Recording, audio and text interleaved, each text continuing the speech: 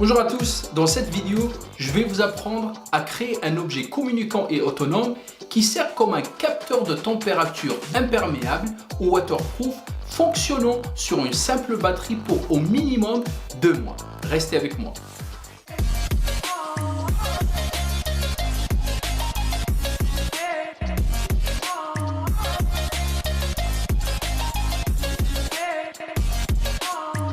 Bienvenue dans cette nouvelle vidéo de vulgarisation. Les vacances et l'été arrivent et on a besoin de confort. Ça tombe bien car les objets communicants servent aussi pour avoir du confort. Dans cette vidéo, nous allons fabriquer pas à pas un capteur de température communicant et autonome à base des cartes ESP8266. Ce capteur va être utilisé à l'extérieur sur une simple pile et sera imperméable ou waterproof. C'est très utile pour avoir par exemple la température instantanée de la piscine pour savoir quand est-ce qu'on peut piquer une tête dans la piscine dès que la température atteint un certain seuil. Notre réalisation peut être facilement adaptée pour fabriquer n'importe quel objet autonome et communicant fonctionnant à l'extérieur sur une simple batterie.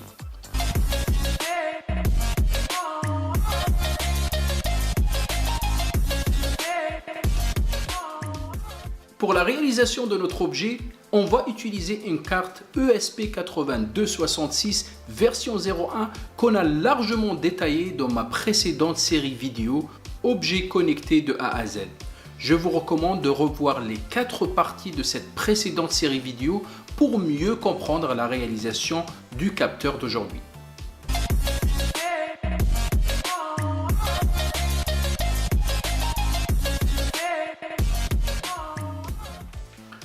Lorsqu'on a la possibilité d'alimenter un objet communicant sous secteur, on devrait le faire, comme c'était le cas de l'objet communicant de ma précédente série vidéo. Ce n'est pas le cas de notre objet d'aujourd'hui, qu'il faut alimenter sous batterie. L'utilisation des batteries lithium polymère ou LiPo ou lithium-ion (Lion) est un bon choix. On va opter pour les batteries lithium-ion ou Lion à cause du prix. Ces batteries sont rechargeables et donnent en sortie 4,2 volts approximativement quand elles sont bien chargées.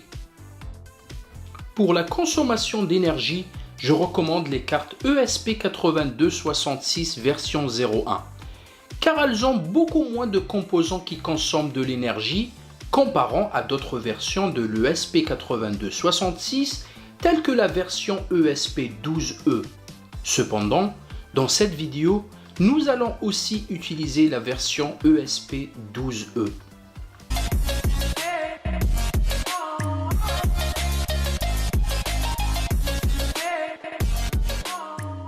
Les cartes ESP8266 fonctionnent sous une tension recommandée de 3,3 volts, ou plus généralement avec une tension entre 3 volts et 3,6 volts.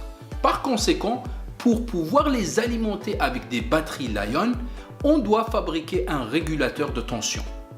Nous allons fabriquer un régulateur de tension à faible chute de tension ou LDO, Low Dropout Regulator, nécessaire pour alimenter notre carte ESP avec une batterie Lion. Avec un régulateur à faible chute de tension, même si notre batterie descend à 3,4 volts, notre ESP sera correctement alimenté. Pour réaliser notre régulateur, on va utiliser un condensateur électrolytique de 1000 microfarads, bien sûr un LDO de type MCP 1700 3302E et un condensateur céramique de 1000 nanofarads. Les condensateurs vont servir à lisser la tension et éviter des comportements instables de notre carte.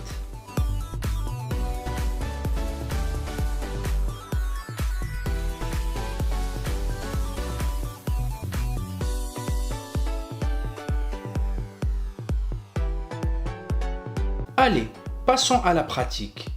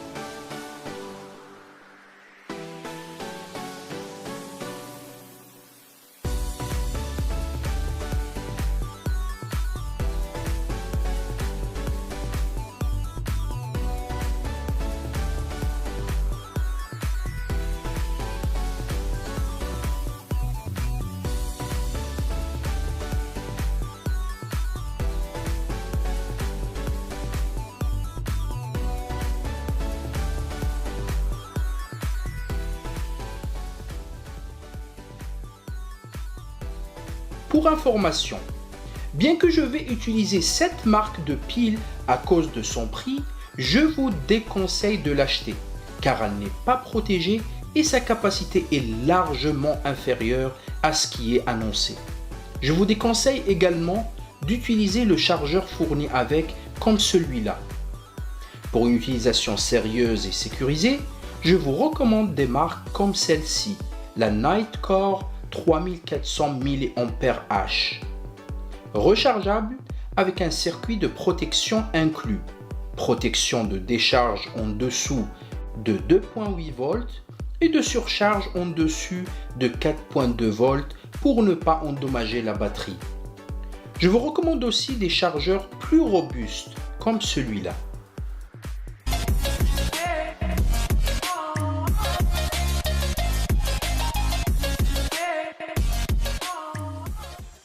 Pour notre objet, on a besoin d'un capteur de température. On va utiliser un capteur de température imperméable et numérique de type Dallas DS18B20 One Wire. Sans tarder, je vais vous présenter le circuit pour la carte ESP8266 version 01.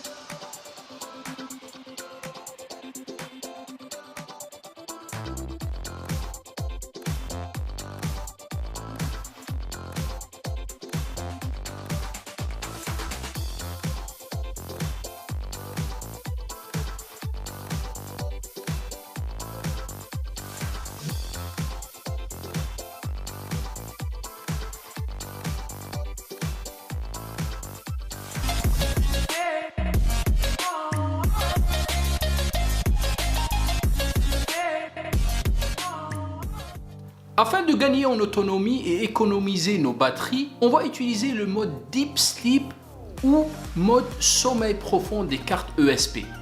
Le mode Deep Sleep, c'est un mode des cartes ESP qui va nous permettre de forcer par code informatique les cartes ESP à se mettre en veille et du coup consommer beaucoup moins d'énergie lorsque l'ESP ne fait rien. Ça tombe bien, notre objet communicant de capture de température n'a pas besoin de capturer et d'envoyer la température à la seconde près. Une température ne varie pas tellement à la seconde près et en plus ce n'est pas pertinent pour l'utilisateur final d'avoir une telle info à la seconde près. Utiliser le mode Deep Sleep avec la version 01 de l'ESP8266 nécessite de souder le pin reset avec le GPIO 16, ce qui est un peu compliqué. Nous n'allons pas le faire pour l'ESP version 01. Par contre, c'est l'occasion de découvrir l'ESP12E qui va nous permettre de connecter facilement les pins reset et le GPIO 16, appelé aussi D0. Notre circuit pour l'ESP12E devient comme ceci.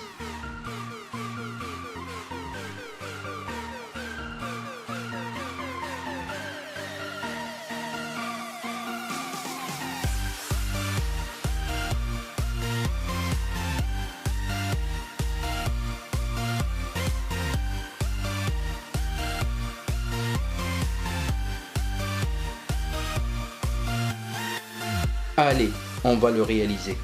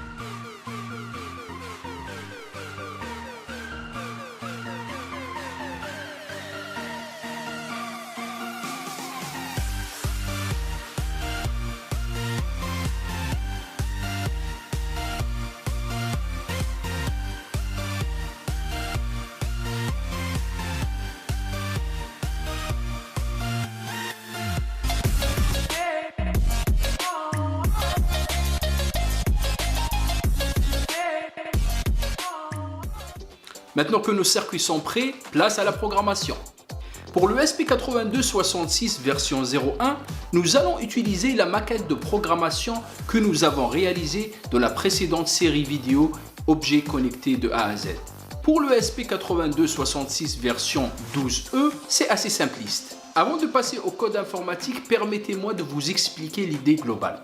Pour l'autonomie de notre objet, ce n'est pas une bonne idée de mettre notre objet en mode serveur web comme nous l'avons fait dans la précédente série vidéo quand l'objet était alimenté en permanence. Ce qui n'est pas le cas pour les objets communicants autonomes fonctionnant sous batterie. On va donc rendre notre objet comme un client web au lieu d'être un serveur web. Il enverra à une fréquence déterminée ses mesures à ce serveur web. Notre objet va capturer la température.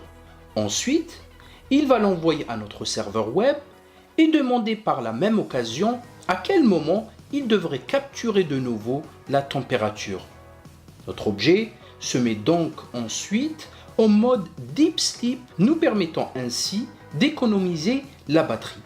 L'utilisation du web va nous permettre de mieux intégrer notre objet dans un écosystème global d'espace intelligent, en utilisant par exemple notre mini-box présenté dans ma dernière série vidéo.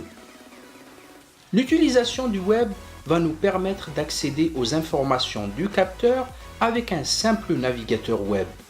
De plus, on peut mettre en place un algorithme intelligent qui permet à notre serveur de mieux contrôler le capteur. Un exemple simple est de demander des températures chaque 10 minutes et d'arrêter les captures la nuit pour plus d'autonomie. La lecture de fréquence depuis le serveur de la fréquence d'envoi des températures permet de mettre en place un algorithme intelligent qui permet de contrôler l'objet communicant et qui permet de l'utiliser seulement lorsque l'utilisateur en a besoin. Pour la mise en place de tels algorithmes de type Adaptive Sensing ou capture adaptative selon le contexte, je vous recommande de lire notre article de recherche de journal.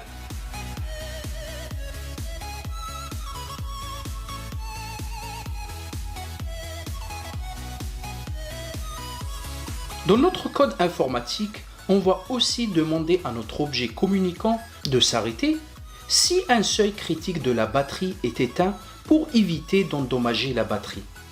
Contrairement à de nombreux codes informatiques que vous pouvez trouver sur Internet, notre code est tolérant aux défaillances, et notamment aux lenteurs occasionnelles des serveurs web ou à la mauvaise connexion Wi-Fi qui peut soudainement bloquer notre objet communicant. En effet, le réseau Wi-Fi peut être mal capté depuis l'extérieur. C'est pour cette raison que notre code informatique a été repensé pour répondre à cette situation. Pour la faiblesse du réseau Wi-Fi, vous pouvez naturellement utiliser un répéteur Wi-Fi ou de souder une antenne externe à votre ESP.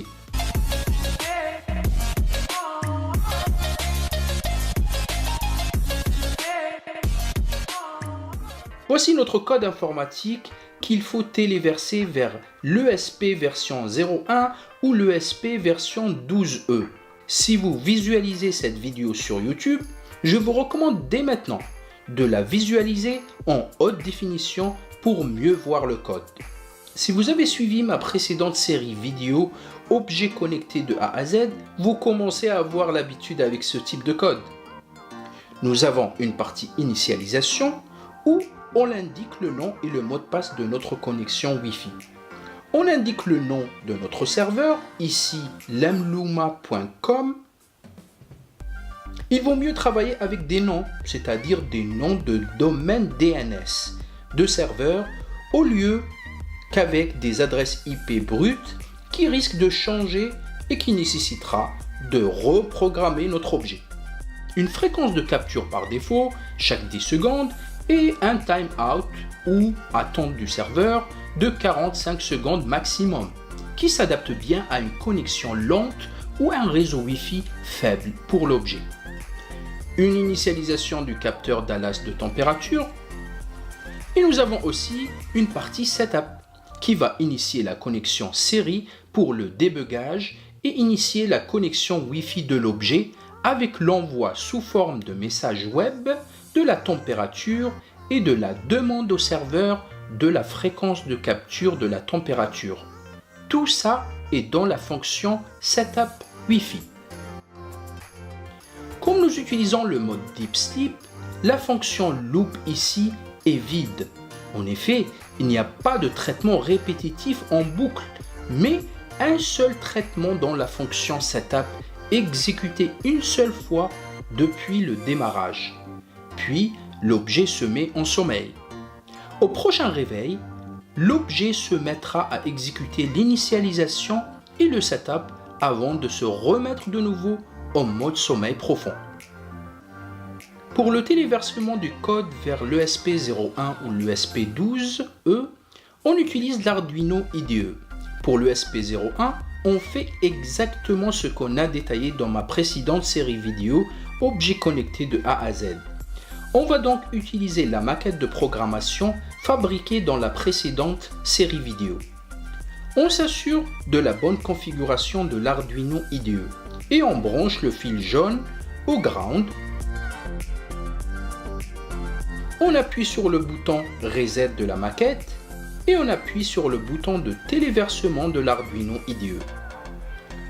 Avec la nouvelle version du package ESP8266 en date de juillet 2019, ou l'Arduino Core for ESP8266 qui utilise l'outil esptool.py version 2.6 pour l'upload du code de l'Arduino vers l'ESP8266, si à la fin de l'upload, vous voyez ce message Leaving Hard Resetting via RTS Pin, ne vous inquiétez pas, le code est bien transféré.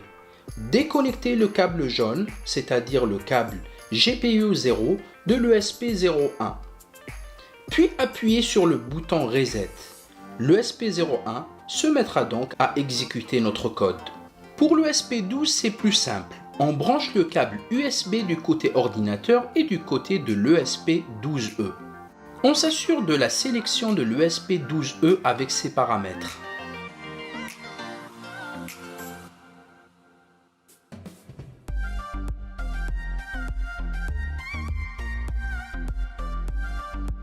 N'oubliez pas, pour le test final, de connecter ensemble les pins Reset et D0, qui est le GPIO 16, pour que le Deep Sleep fonctionne bien. N'oubliez pas aussi de brancher la sonde de température comme nous l'avons vu dans le circuit. Sinon, la mesure sera erronée avec une valeur de -127. On téléverse le code et à la fin on appuie sur le bouton Reset. Si au démarrage du téléversement vers l'ESP12E, l'Arduino IDE montre un message de tentative de connexion USB qui prend du temps, alors appuyez sur le bouton flash de l'ESP12.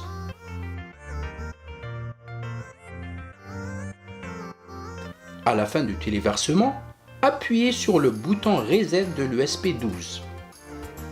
Si on inspecte le journal d'accès de notre serveur web, on voit bien que l'ESP12 accède bien à notre serveur.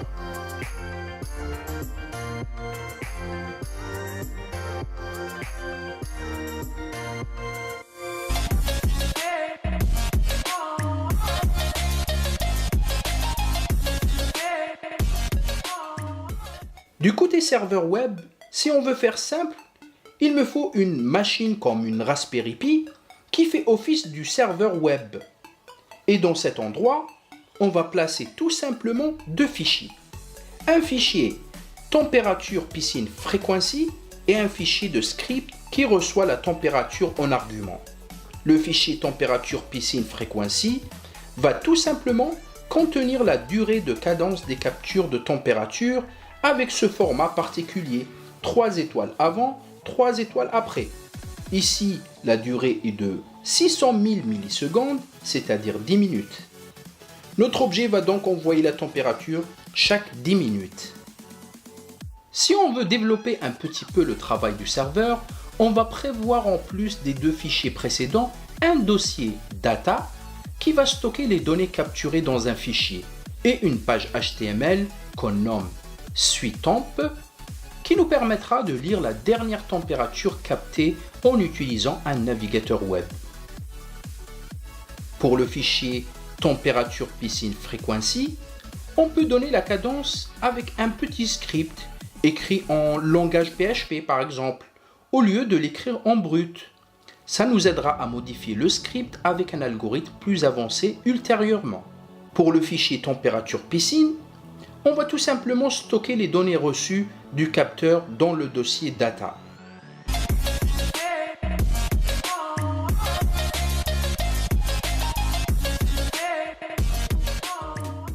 Pour avoir une idée sur l'autonomie de notre objet, on va faire simple.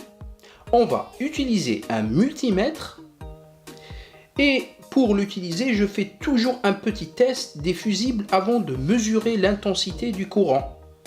Comme ceci. On s'assure que l'alerte sonore est activée. On connecte les deux fils ensemble et là on devrait entendre un bip. C'est OK pour moi. Maintenant, on devrait attendre un bip pour les deux côtés gauche où c'est marqué milliampères et ampères. Si ça bip, c'est bon. Sinon, il faut changer les fusibles. Décidément, ce n'est pas bon pour moi. Avant d'aller plus loin, il va falloir que je change les fusibles.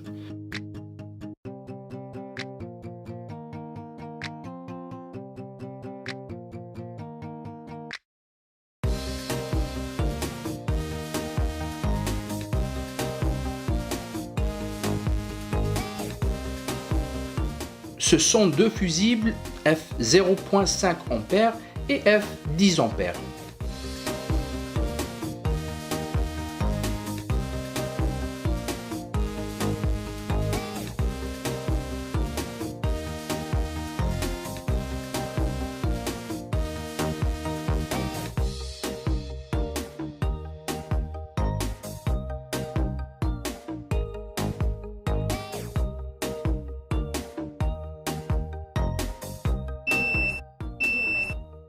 Bon, la borne ampère c'est OK. Pour l'autre borne, il y a quelque chose qui coince. Ce n'est pas grave. On va se contenter des mesures en ampères. On va commencer par l'ESP12E. On va mesurer l'intensité du courant avec une tension en entrée de 4,2 volts, l'équivalent d'une batterie très bien chargée. N'oublie pas que la sonde de température doit être branchée. On branche la borne négative du générateur directement à la borne négative de l'objet. On déplace le fil rouge du multimètre vers la borne 1 A. On déplace la molette du multimètre vers la fonction de mesure de l'intensité. On branche la borne positive du générateur vers la borne rouge du multimètre. Enfin, la borne négative du multimètre vers la borne positive de notre objet pour fermer le circuit. Comme pour cette mesure d'intensité, j'ai programmé le SP12E pour un mode Deep Sleep durant 10 secondes, puis une exécution normale de notre code, on peut noter nos résultats. Donc avec une alimentation de 4,2 volts en mode Deep Sleep, notre objet capteur de température avec la sonde Dallas branchée consomme 0,001 A, 1 mA approximativement, pendant la durée du Deep Sleep. Et allez, on va dire 0,080 A en mode éveillé.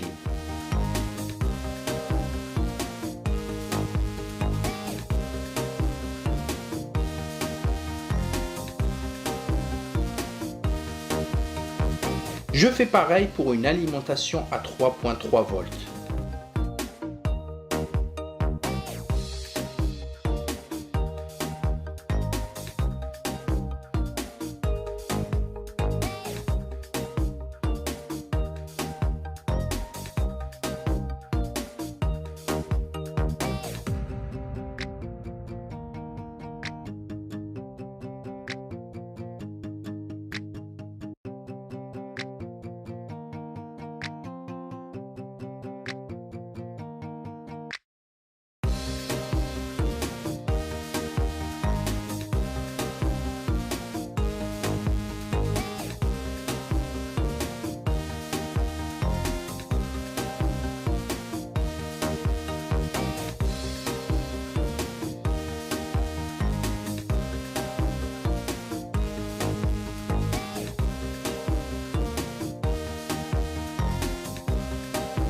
On fait la même chose pour l'ESP8266 version 01. On branche la sonde de température. Et comme on n'a pas soudé la broche GPU 16 et le reset, on peut seulement mesurer la consommation en mode éveil. À 4.5 volts et à 3.5 volts, on observe une consommation de 0,065 ampères approximativement, ce qui est très proche de notre ESP12E en mode éveil. Essayons de résumer tout cela pour estimer la durée d'autonomie de notre objet. On a noté que la durée du réveil est de 20 secondes approximativement.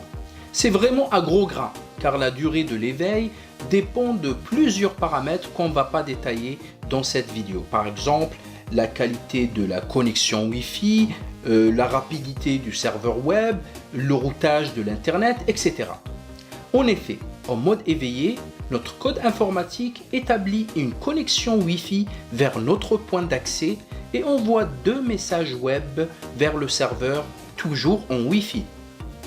Un des messages est pour envoyer la température et l'autre pour recevoir la nouvelle cadence de capture.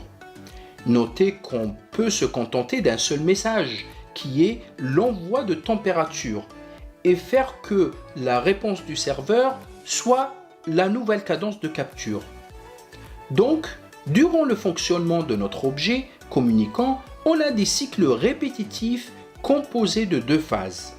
Une phase qui consomme 0,080 ampères ou 80 mA approximativement durant 20 secondes.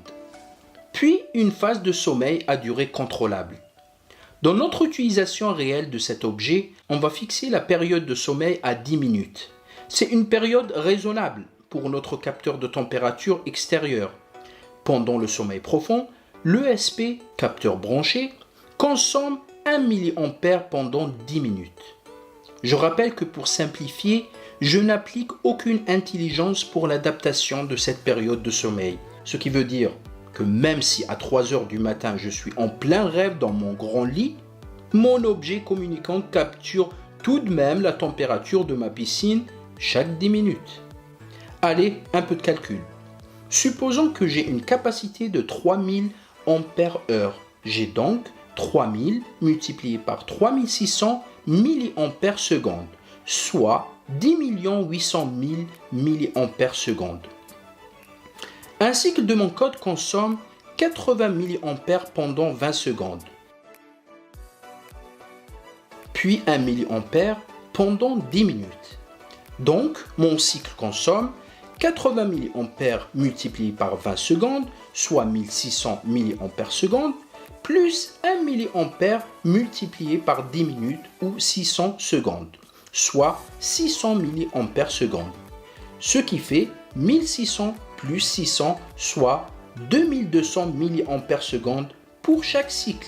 Cela veut dire que ma capacité de batterie va m'assurer l'exécution de 10 800 000 divisé par 2200 cycles, soit 4909 cycles. Chacun de nos cycles dure 10 minutes et 20 secondes, ce qui fait une autonomie de 10 minutes 20 secondes multiplié par 4909 cycles, soit 845 heures, soit 35 jours. Cette estimation est plus qu'encourageante, et rien qu'avec une simple intelligence, par exemple ne pas capturer la nuit, on peut doubler cette autonomie pour arriver avec aisance à plus de 2 mois d'autonomie.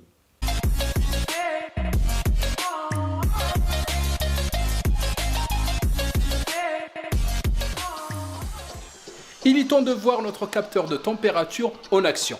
On met notre sonde dans l'eau. Attention, la température de l'eau peut varier selon l'endroit et selon la profondeur. Choisissez celle qui vous convient. Par exemple, pas loin de la surface de l'eau. Attention, ne mettez pas trop notre objet exposé au soleil.